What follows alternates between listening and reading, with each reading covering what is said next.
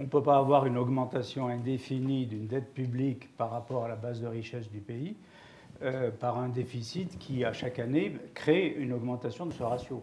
Ça, n'importe qui peut le comprendre. Alors, on ne sait pas où est le point de rupture, hein, ça c'est tout à fait clair, mais il y en a forcément un à un moment donné. On ne peut pas avoir une dette qui fait 2000 fois le PNB, c'est évident. Donc, il y a un moment donné, il y a un point de rupture. Et si on accumule ces déficits indéfiniment, ça veut dire qu'on a dépensé pendant toute cette période. L'essentiel de ces dépenses n'est pas de l'investissement, ou si c'est de l'investissement, c'est de l'investissement dont le retour est hypothétique et à long terme.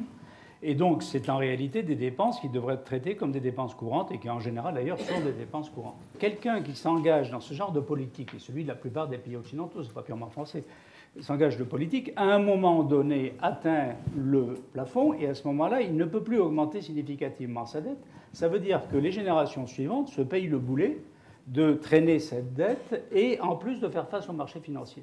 Donc ça a été le feu de joie d'une génération qui renvoie aux générations suivantes un poids totalement injustifié. Donc il y a une erreur collective qui est quelque chose de nouveau, parce que historiquement ce n'était pas du tout le cas. Quand vous reprenez l'histoire, les déficits publics sont plutôt rares, et quand il y en a, c'est ou de la dépense somptuaire de souverains, ce qui revient à peu près au même que ce qu'on a fait, ou alors des guerres.